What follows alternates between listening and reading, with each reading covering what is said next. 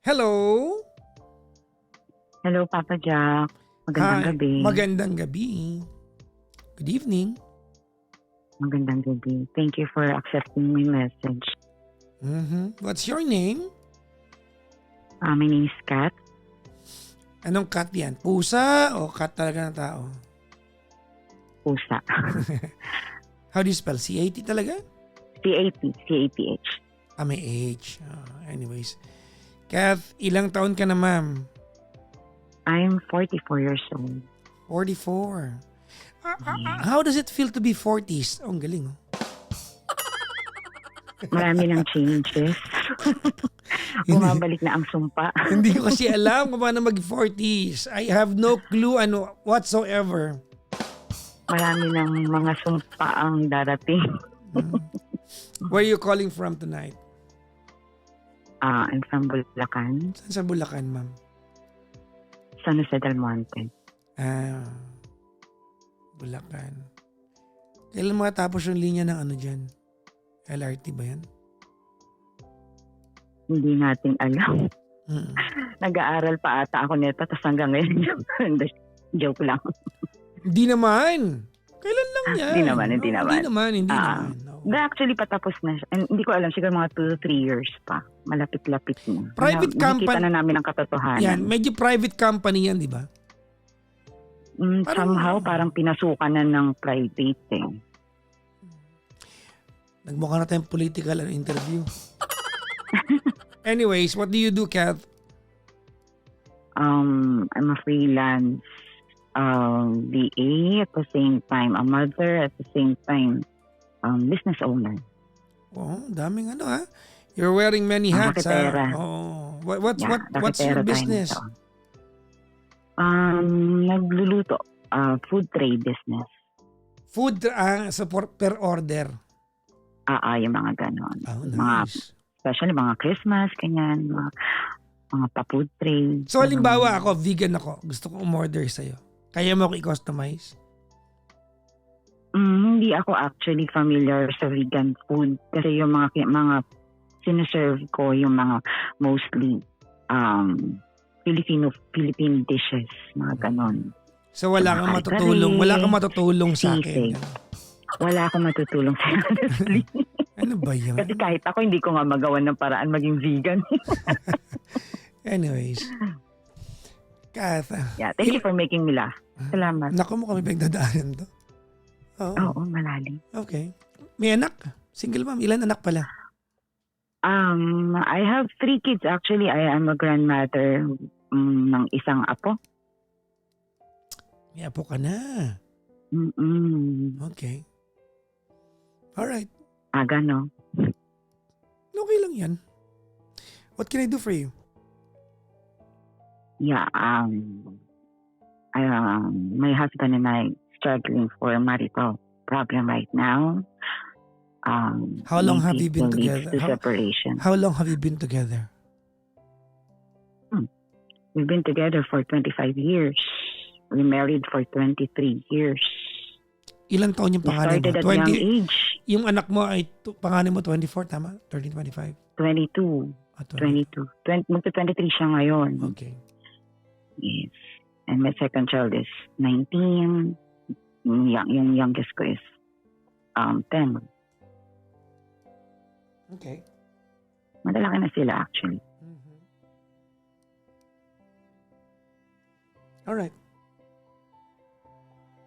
Yeah, tell me Okay. Tell me your story.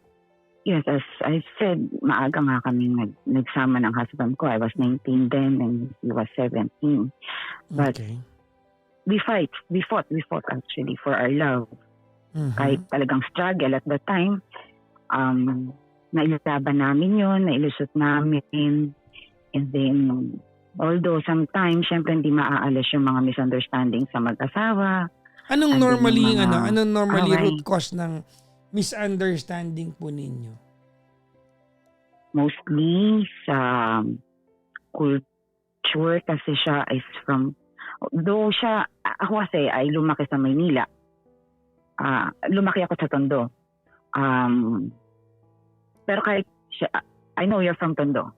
So So, May alam naman natin ang buhay ng Tondo. family's father still in Tondo, yes. Yes.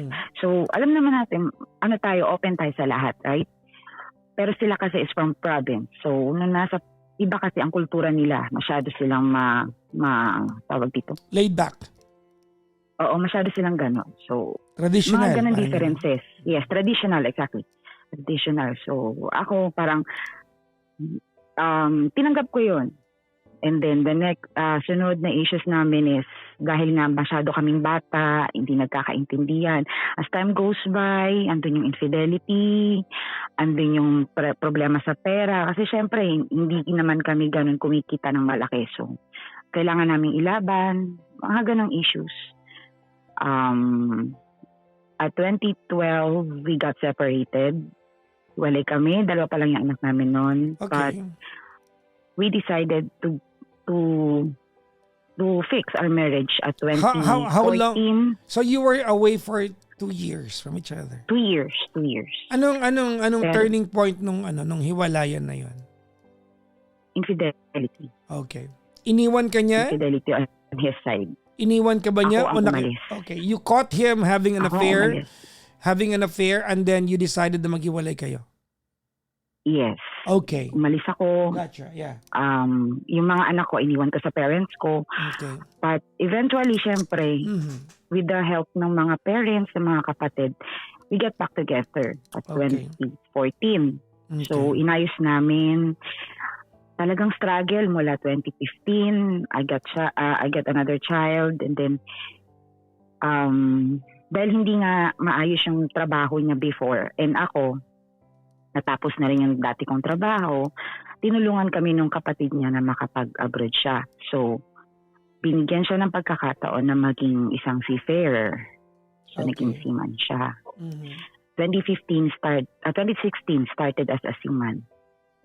So, as time goes by, medyo nagka-invest, medyo may improvement. Mhm. Mula 2016 to 4 years, struggle kasi syempre dyan pa lang kayo nagbabayad pa kayo ng mga utang-utang. At marami ring mga cases na nag-aaway kami kahit magkalayo kami. Ganun pa rin, same issue, infidelity. Nakuhuli ko yung mga deleted messages and then pero syempre kasi ang gusto namin ay maayos yung pamilya, we get back together, settle again, naayos. And then, Ma'am, sino po? Who usually initiates yung reconciliation? siya. Okay. So, Siya yung nakikipag-ayos. so sa madaling, let me just put a context to that. No? Sa madaling sabi, when he's done painting the town red, painting the town red, kasi infidelity eh, Mhm. Mhm. he knows that you'll just be there waiting in the wings. Exactly. Oh, okay. Yun din naman ang tingin ng lahat. Kasi parang ng best mo nang pinapatawad. Parang ang akin kasi parang ako na gusto ko magkaroon ng maayos na pamilya yung mga anak ko. Kasi na-trauma nga nung nangyari ng 2012 yung mga anak ko. So parang just to sacrifice my own happiness, just to have a complete family for them. Sige, patawarin. Kalimutan na lang para maayos yung pamilya. Sige. Okay. Then, as time goes by, nakapagpundar ng gamit, sasakyan, bahay na ayos. Nagsimula yung problem. Actually, hindi siya nagsimula eh. Doon nag-root yung problem, 2022. Nagkasakit yung father niya, so hanggang sa namatay, nagpalibing, nagbaba ang luksa. Financially, kami yung nag-support. Okay. As a wife, and syempre, inano ko na rin ng kapamilya ko sila, full support ako sa kanya. Sa kanila. Kasi family niya yun eh. And then, sometimes yung negosyo ko na apektuhan na rin, okay lang. Kasi family mo yan. 2025, dun na medyo parang nag-iba na siya na dito nagiging malalim na. Pag nagtatanong ako sa kanya about money, laging irritable siya. Anong ginagawa na niya ngayon? Still on board. Oh, si seafarer pa din. Okay. Yes, still on board. March 2025, April, May, may issue na kami about yung pagiging bastos niya na pag magtatanong ako, ang sasabihin niya sa akin, iwinabaldas mo lang naman ang pera ko eh. Is that true? Pinapirahan niyo lang naman ako. To be honest, hindi ako magpapakapagod maging VA, magpuyat, magluto, 2 hours ng tulog, rumakit, para waldasin lang ang pera mo. Give me some context. Where is that coming from kung sinasabi niya yan? Ang nakikita ko kasi sa kanya, Papa Jack, hindi niya matanggap sa sarili niya na nagtatrabaho siya para sa family. I don't know kung bakit siya nakakaisip na winawaldas namin yung pera niya. Family niya. Family kami. Kami. Okay, wait lang. Hindi niya matanggap that Na siya yung padre di pamilya. Na ikaw yung provider. Ikaw yung dapat na mag-provide sa pamilya mo. Lagi niyang sinasabi na pagod na ako dito sa trabaho. Basta laging ganun, laging may sumbat. Even mga anak ko, nakakarinig ng sumbat sa kanya. Na pinipirahan niyo lang naman ako, ganito ganyan. Sabi ko, doon ako nasasaktan. Kasi alam ko sa sarili ko, kung paano namin i-manage yung pera niya, tinutulungan ko siya how to manage his finances. Kasi alam ko na ang pagbabarko ay hindi habang buhay. True, that's very true. Kailangan kong i-manage yun. Kasi pag bababa ka, saan ka kukuha ng pera? Diba? Kailangan meron tayong, may naiipit ako para may panghuhugot ka. Hindi namin nagkaroon ng problema sa pera kasi masinop ako sa pera. Okay. And then, basta may issue na kami about the money. Dumating siya ng June, dahil di kami okay, dumating siya, dala flower, bati-bati. O sige, okay, pinagbigyan ko. Malis na naman siya nitong August. Eto na. Kasi siya, alam mo naman ang buhay ng mga OFW, pag aalis yan, wala pang dala yan. Wala pang padala yan, dadating yung pera sa susunod na buwan pa. Ginawan ko ng paraan yun na hindi kami masyado lumalaki ang utang. May utang, pero nagagawan ko ng paraan. October, eto na, nag-start na yung problem. Nagpadala siya. Hello? Yeah, I'm here. I'm listening. Nagpadala siya, and then sabi ko, bakit ang nakalagay sa Remitly ay, ba't ang dumating sa akin is came from BDO account? Mm-hmm. Dapat Remitly yun. And besides, may mga text pa to na you receive money from Remitly, ganyan-ganyan. Kasi ganun yung before. Okay. But his response was, ano na naman yung tinatanong mo? Tamang hinala ka na naman. May mura pa yun. May sumbat. So ako parang, okay, lang naman ako. Give me context. Why is it odd sa iyo na may BDO siya? Bakit, yun din ang tanong ko, bakit may BDO ka? Nag-open ka ng account na hindi ko alam? Oh, so kumbaga, that's where you're coming from. Yes. Yung Kasi parang, mag-asawa kayo, you're supposed to know it, tama? exactly, dapat Okay, alam ko yun. Gets kita. Yung akin lang, nagtanong ako. So you were inquiring? Yes. Okay. Ang sagot sa akin ay iba. Galit. So, na-shock ako. So, Pero stop ano ako, yun sige. kumbaga, that's your place to ask eh. You're a wife eh. Asawa ko eh. Yes, of course. So, yun. Okay. Medyo nagdamdam ako. Hindi ko siya kinausap for a month. November, tumawag siya. Ano ba talagang gusto mo mangyari? Gumanon siya. Okay. Galit na siya. So after a month, hindi mo siya kinausap, tumawag siya. Never. Tumawag siya. Ano nangyari? Ano ka nang gusto mo mangyari? Ganun. Sabi ko, Okay. pinagtanong lang naman ako. Pagod na ako dito. Ganyan. Ang sagot ko na lang sa kanya kasi parang hindi sa dapat i-explain mo sa akin ang ginawa mo. Minura mo pa ako. Minaliit mo pa ako. Sinumbatan mo pa ako. Hindi lang ka ako, ikaw ang pagod. Pagod din ako. Mahirap maging asawa dito at the same time tatay. Okay. I mean, sa part kasi na yan, his reaction did not answer the question eh. Simple lang ang tanong mo naman, di ba? Yun. You have a Hindi pa BDO yun. account that I know nothing about. Yes. Yun lang yun eh. Yun lang naman. Kung, I mean, kung may something changes, dapat sinabi mo. Pwede naman niya sabihin na para makaipon ako, di ba? I mean, para sa atin. I don't know. Yes. Yeah. And then pagdating ng December, eto yung malala. December 15, supposedly magpapadala siya sa amin. Okay. Wala akong natanggap. Last year, 2025. Yes. Okay. Sabi nung kapatid ko na isa ring asawa ng seaman, sabi niya, ate, may sahod na. Sa 25, maaga din yung susunod na sahod nila. So ako parang, siguro baka mamaya surprise kami, baka 25 magpadala ng pamasko. Kasi syempre, dapat maaga ka magpapadala pamasko ng mga anak mo. Okay. So akala ko 25 magpapadala. 25 wala. Honestly, Papa Jackson, dahil nagpapa-order ako ng Pasko, ang handa lang namin tira-tira ng pa-order. Gaplatito. Ang handa namin ng Pasko. Walang pamasko yung mga anak ko. Okay.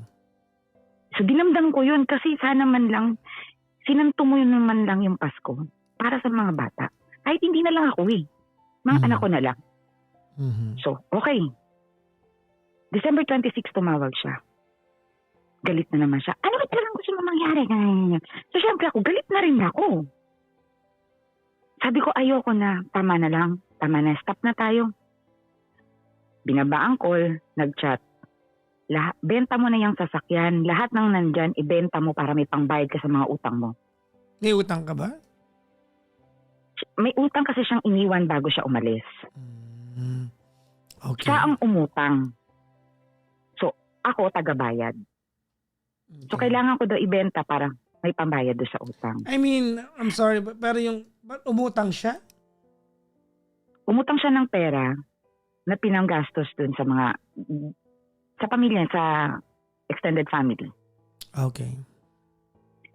And then, syempre, na kami, hindi na kami okay. Dumating ang New Year, wala kaming pera talaga. Yung pera lang na hinahawakan ko, yung kita ko doon sa pagtitinda. Okay. Okay lang, sige, kaya ko iraos. Sabi ko, kung wala ka talagang tinatago, ipapakita mo, hindi pa yon. Bakit ka ako ganito yung nangyayari? Sa puntong iyan, you still haven't gotten the answer. Kung wala yung about akong alam the video anong nangyayari. Yes, wala actually, akong alam. it's not supposed to be a big deal naman eh. Hindi na big deal kasi nung January 3, nagkita-kita kami magkakapatid. Sinabihan ako ng kapatid ko na ate, Remitly is with partnership ng BDO. So baka mamaya na ano na ng BDO yun. Sabi ko kung gano'n naman pala, bakit hindi niya in-explainan sa akin? Bakit kailangan mo kumurahin? Bakit mo ako sumbatan? Okay. Pwede mo namang sabihin ng maayos. So I got research. Nung una maayos siya makipag-usap. Sabi ko, ako may nararamdamang hindi maganda sa'yo kasi irritable ka. Hindi mo ko pinadalhan ng pera. Nasa ng pera. Pinapaamin ko siya. Ibigay mo sa akin ang password and username ng SOCMED mo and lahat ng accounts mo. Bubuksan ko. Hindi niya binibigay. Ang sagot niya sa akin is privacy. Okay. Sabi ko, sige.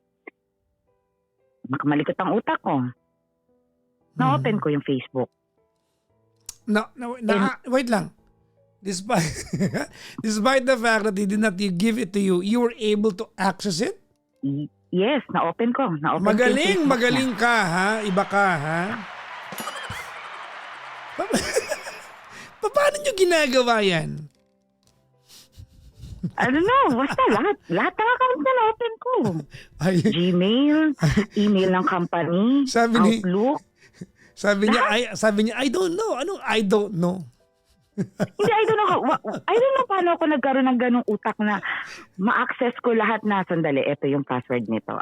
Try ko lang. Pag-pack kong ganon, nag-open. Para ka daw BDO, we find ways. Yes, we find ways. So mawiwindang ka when I found out. Okay. Diba hindi siya nagpadala sa akin? When I opened his Remitly account, nagpadala siya on his GCash account worth 40,000. Okay. Mine, nothing. And then, January 3, nag-ask ng allowance yung anak ko kasi college yung anak ko eh. For a college student, bibigyan mo ng 700 pesos for allowance. So lalong sumiklab yung galit ko. Okay. Sabi ko, padala ka on your account ng worth 40,000 and then yung anak mong kolehiyo, allowance 700, ano to, kinder? So lalong sumiklab yung galit ko. Email siya, kasi binlock ko na siya eh. Lahat ng mga SOCMED block na siya. Sabi ko, ano to, bakit kailangan mong itago sa akin? Sagot niya, ayan na, na-open mo na. Hanapin mo na lang kung anong gusto mong hanapin. While I am searching, while I am browsing all the accounts, unti-unti niyang pinapalitan yung password. Sabi ko, bakit mo pinapalitan? At lahat ang linis, deleted, ultimo view, search history. Malinis. Mhm. Ano ang tinatago mo? Bakit kailangan mong mag-delete lahat? And alam mo na pala, nakita ko na, na-open ko na. Bakit mo pinapalitan ng password? Ano ang tinatago mo sa akin? So, doon ako nasabi ko, kung ganito lang din naman tayo, kasi sobra na, cheating na tong ginagawa mo sa akin. Niloloko mo na ako. Tama na. Tama na siguro yung 25 years na pinagsamahan natin. Kahit anong ilaban kita, kung ganitong gagawin mo sa akin, tama na. Ayoko na. So, nag-reach out siya. Hindi maayos yung usapan namin. Nagmumurahan na lang kami. Binabalik yung mga dating kwento. Hindi na healthy yung usapan. Ano yung binabalik And yung then, kwento sa'yo? binabalik niya yung lahat ng mga pinag-awayan namin. Kasi daw nagdamot daw ako sa kanya before. Kasi pinagdamutan ko daw yung pamilya niya. Na hindi niya naiintindihan nung time na nag-struggle kami. Ako lang kasi yung may maayos na trabaho. Ako yung medyo kahit pa paano bumuhat ng pamilya. Nung bago-bago pa lang kami. Ang saan niya sa akin is pinagdamutan ko daw siya. Totoo ba yun? Paano kita pagdadamutan? Kung ang kinikita ko lang dun ay sasapat para sa pamilya natin. Sa mga expenses, wala ka namang trabaho. Wala naman siyang trabaho. Okay.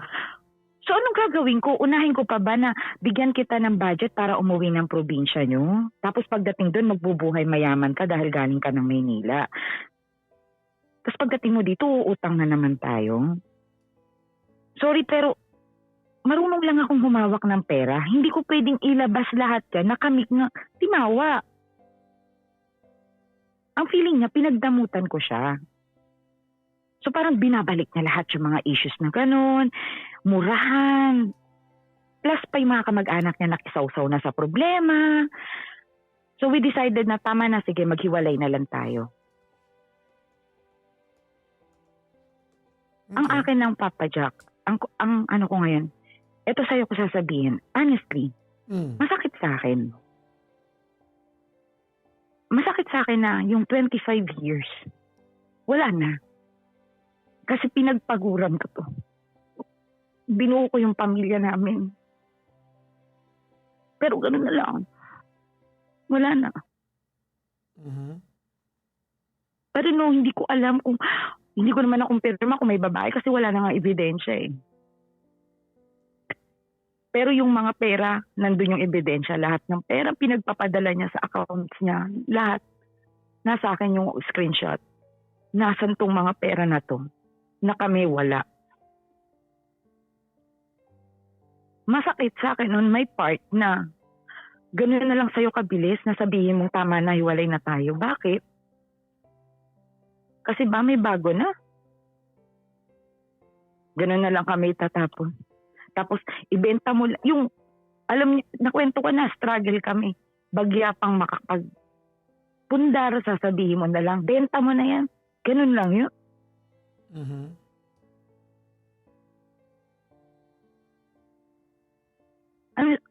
Marami akong kaibigan, marami akong angels na pumapayo sa akin mo na ilaban mo yung karapatan mo.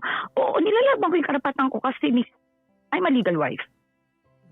Pero yung iba ayusin mo yung pamilya mo, buuin yung pamilya mo. Paano ko bubuuin kung wala nang trust? Ako durog na. Ano pa nga anuhin ko sa kanya? Lahat na ng pangmamaliit, lahat na ng pambabastos bilang babae. Lahat nakuha ko na sa kanya. Pati mga anak ko ngayon apektado na. Lahat actually, buong pamilya na namin, pati mga kapatid ko, kapatid niya.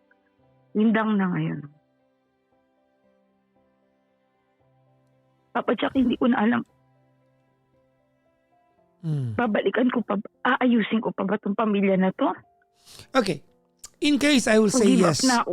Correct lang. In case I'll say yes to that. Maba, sabihin ko sa iyo na ayusin mo. How do you plan on doing that? I don't know. Hindi ko na alam. Hindi ko na alam kasi durog na ako. Okay. Hindi ko na alam kung pagtitiwalaan ko pa ba. I think it goes way beyond tiwala itong problema ninyong dalawa.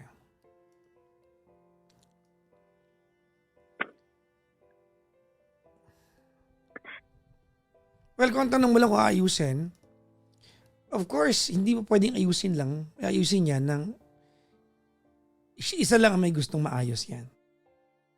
Tama? Kung ikaw lang ang gusto maayos yan, siya ayaw na, kahit sabihin ko sa'yo ayusin mo yan, it's pointless, right? Opo. Okay. So if we go down that route, we are asking a very irrelevant question. But I have something to ask you. Ready? Go ahead.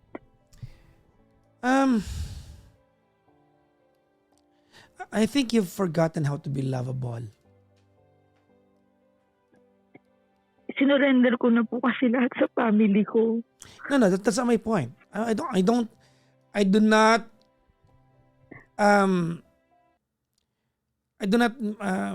mean physically. Kung yan yung reply mo sa akin, hindi yun ang point ko.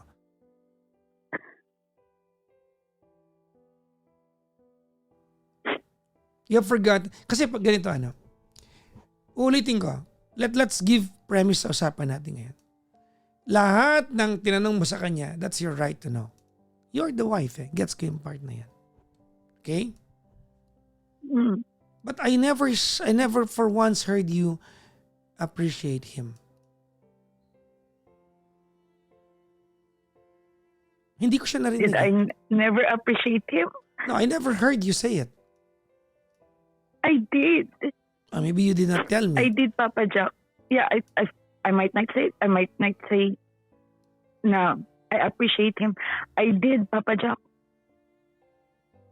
Lagi kong sinasabi sa kanya yun na, Papa, dati ito lang yung trabaho mo, dati dito lang tayo. But No. you see, ngayon ito na, dati hanggang karinderya lang tayo. You know, don't get me wrong.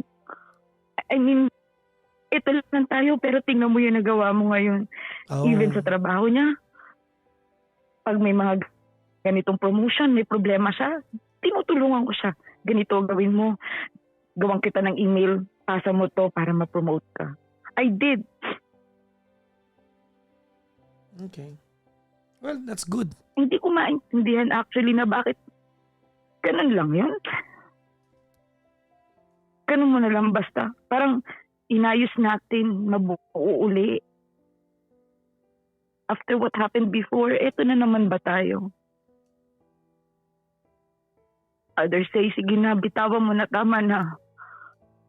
Ako din, actually, Papa Jack, mentally, nakakaramdam na ako ng depression, anxiety, sometimes hallucination. Iba-iba na pumapasok sa utak ko. Kasi hindi ko na talaga kaya. Nahirapan na ako. Oo, sometimes may mga kaibigan ako, lumalabas ako na sumasay. Pag uwi ko ng bahay, mag-isa na lang ako. Babalik lahat. Iiyak na naman ako.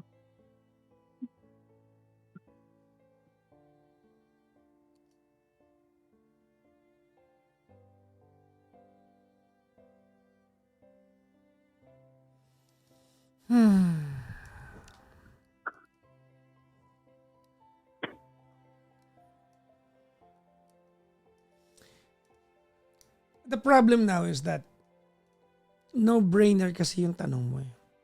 Yung aayusin. Kasi ayusin mo kung ayaw niya? If you're telling me that you've done your part to a T, no?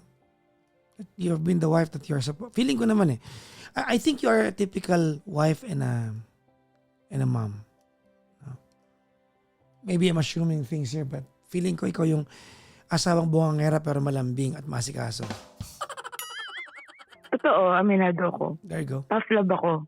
Tough love ako, aminado ko dun. Aminado ako. Kasi gusto kong makita nila lahat. Hindi ganun kadali ang buhay. Kailangan mo maging matatag. Kailangan mo maging malakas. Kasi kung hindi kakainin ka ng mundo. But is that Hindi what... man ako ganun Okay, kalambing. but is that what he wants? Your tough side? Is that what... Hindi ko na alam. And I'm asking you. Is that what motivates him? Yung tough love mo? Is that the currency that would make him surrender himself to you? You know, Papa Jack, No, I'm asking you. I don't need your when we monologue. got, yeah. When we got separated, Mm-mm. before, ganun Mhm. talaga ako. Tough love ako. Mm-mm. Ganito dapat. When we get back together, sinurrender ko yung sarili ko sa kanya. Oh, nice. Lahat, ang decision, ikaw. Kasi ikaw yung ikaw yung head of the family. Sige, ikaw ang masunod ngayon. Pero wala. Malungkot ang buhay, lalo kami dumapa. Buti na lang may anghel na tumulong sa amin para makapag-abroad siya. Ito na kami ngayon. Maayos na naman na, pero bakit bumabalik ka na naman sa ganun?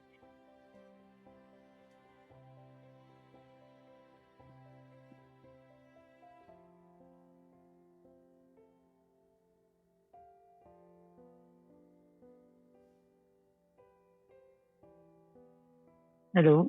Yeah, I'm here. I don't know hindi ko alam kung tama ba yung magiging decision ko na Nakapag-decide ka i-let na. go na lang. Nakapag-decide ka na.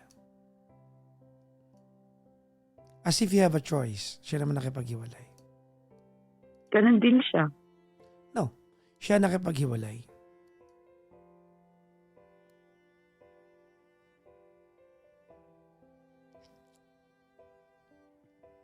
So this is it.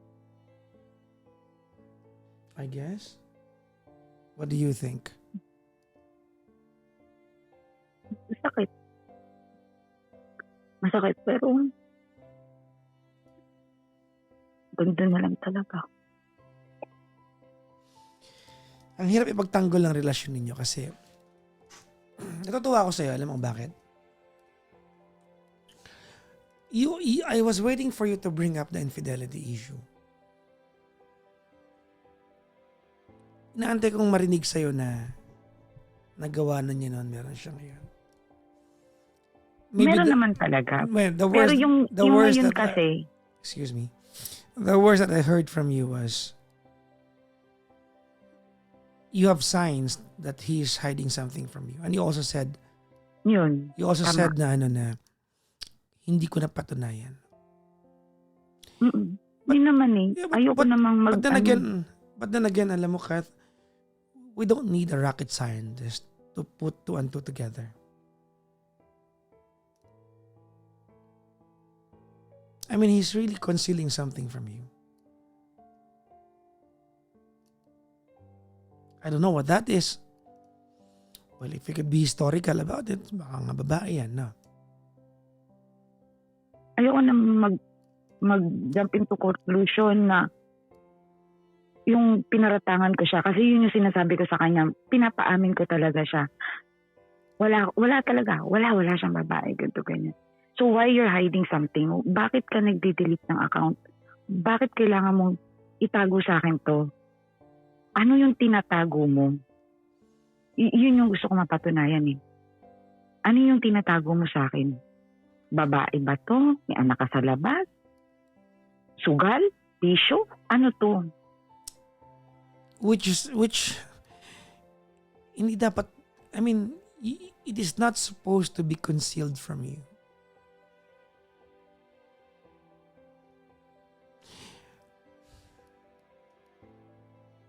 minsan nararamdaman ko yun eh. Ako pa ba yung may mali? No. Kasalanan ko. No. Ayokong pagdating ng panahon. Isili sa akin ang mga anak ko to. No. I mean, Hindi ko alam mo, ginapan. alam mo, if there are things we can cherry pick, siguro yung part lang na you were more of a mas transactional yung dating sa'yo ng mga bagay-bagay more than just being a wife. No. Alam mo, ano yan eh, killer ng relasyon yan eh, yung transactional na pakikitungo sa bawat isa. Because men would always run with the currency of lambing, being romantic. Walang expiration date sa amin yung part na yan. But it does not, it will never be an enough reason to justify infidelity, yung cheating niya. But other than that, sa kwento mo naman, you are a dedicated wife to your husband and a mother to your kids. I mean, we shouldn't find faults sa part na yan. You do what you can to help him out.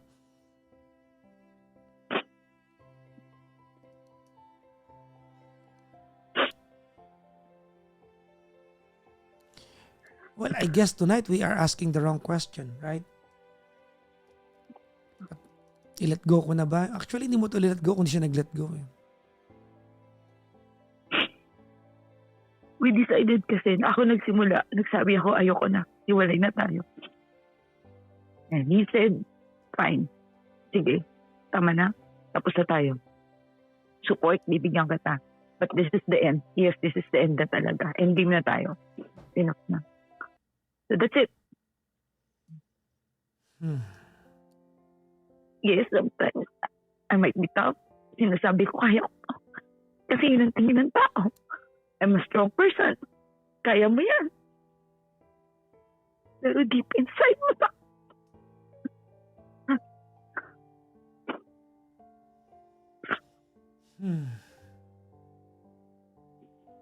Masakit pala.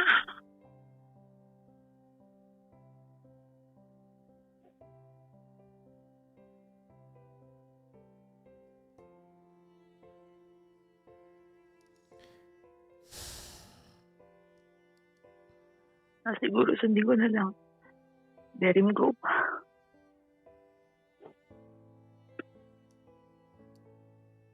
Be strong na lang para sa mga anak ko. I guess.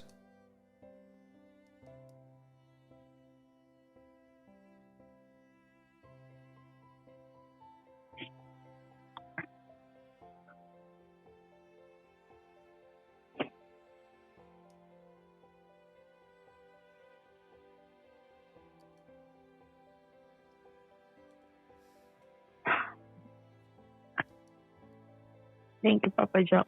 Thank you.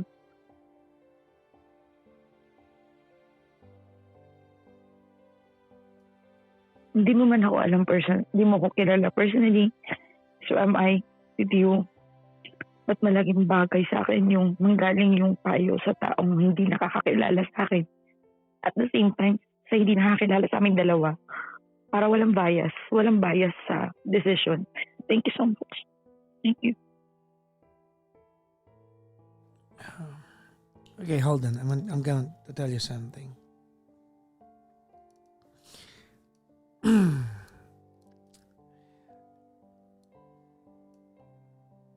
You are 44 years old.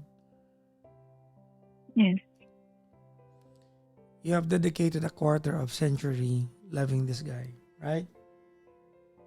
I did. You still do. Hanggang ngayon. And I do not know whether this is the right thing to tell you. But I will tell you anyways. Go ahead. This is not the first time that he chose you over somebody else. No. Hindi ito yung una. Kanina naalala mo, pinansin ko nung sinabi mo na nagbalikan kayo, nagtanong ako, sabi ko, so meron siyang impression that you will just be there waiting in the wings. Tama? Mm. Yeah. And this time, I don't want you to repeat the same mistake.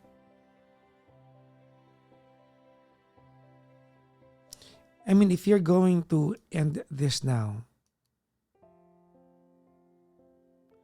I want you to step forward in life without the notion of waiting for him again.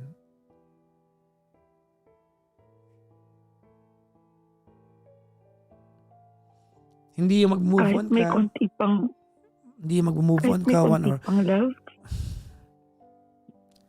he's chosen to leave you behind.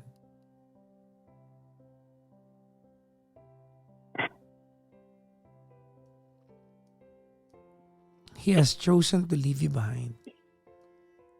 That says everything that you are supposed to remember. You're not choosing this, Kath. You have no option but to accept that he's abandoned you. So yan ang payo ko sa'yo. If this time you're going to move forward in life nang hindi na nag-iintay pa sa kanya. It's a shame that you have to do this at 44 years old. Yun ang dumudurog sa akin eh. Are you supposed to go through this at 44? Yun din ang iniisip ko. But as if you have a choice. Right? Yes. As if you have a choice.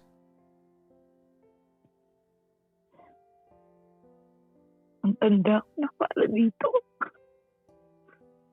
Pero ito pa. You're right.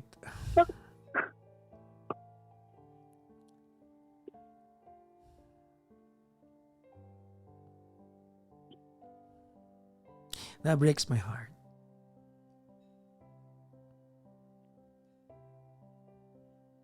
I felt that when you said it.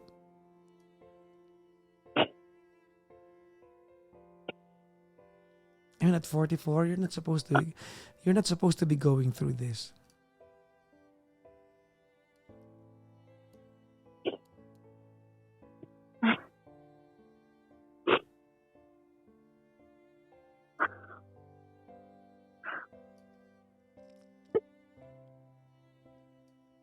Yung future na yung inaano namin. Ako na lang pala. Ako na lang pala yung lumalaban. Yeah. Well.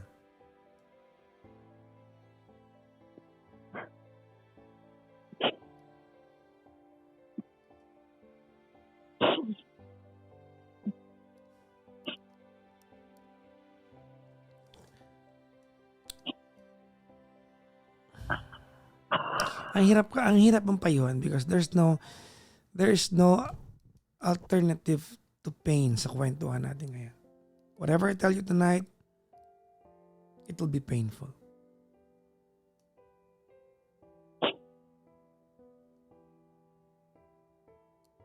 O sa process, natin talaga yung pain. Yeah. Sana kayanin ko na lang.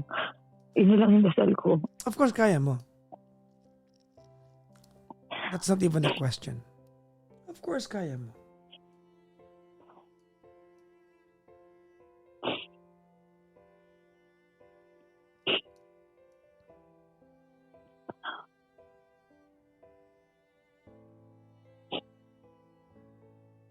Thank you, Papa Cho. Masakit ng pakinggan, pero Ulitin ko yung naging payo ko sa iyo, Hakata. This time, you move on without the notion of waiting for him again. Kasi baka mamaya mag-antay ka lang eh. You know, men are creatures of habits. if you keep on giving him the chance that he can just go ahead and paint the town red, and when it's done, he can come back into your life, he will remember that. And he will always exploit those chances. At ikaw ang kawawa.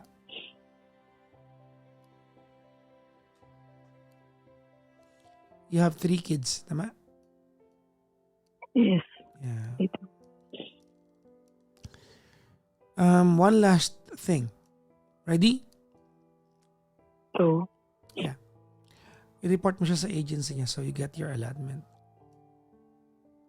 I already got the allotment. Yung allotment, continue siya. Okay, good. Pero ang sabi ko sa kanya, once mag-failed ka ng remittance sa akin, kahit isa lang, i-report kita. Well, Mawawalan ka ng trabaho. it's Sisirain ko yung trabaho mo. well, Yun ang Well, sinabi ko sa kanya. it is well, maybe next time you can say it with, with a loving tone. Hindi mo kailangan ganun harsh, but it's sad that it came down to this.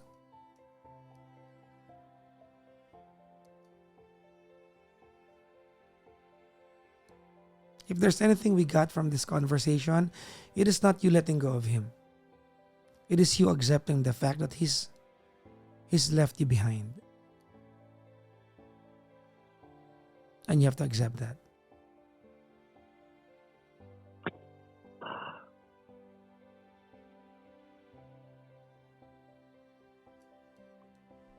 Yes. I will. Mahirap pero gagawin ko. I Yeah. will. Huh. I will. Well, thank you very much, Kath. Thank you very much, Papa Jackson. I'm sorry I gave you a hard night. It's okay. Bye-bye po. Bye. Thank you.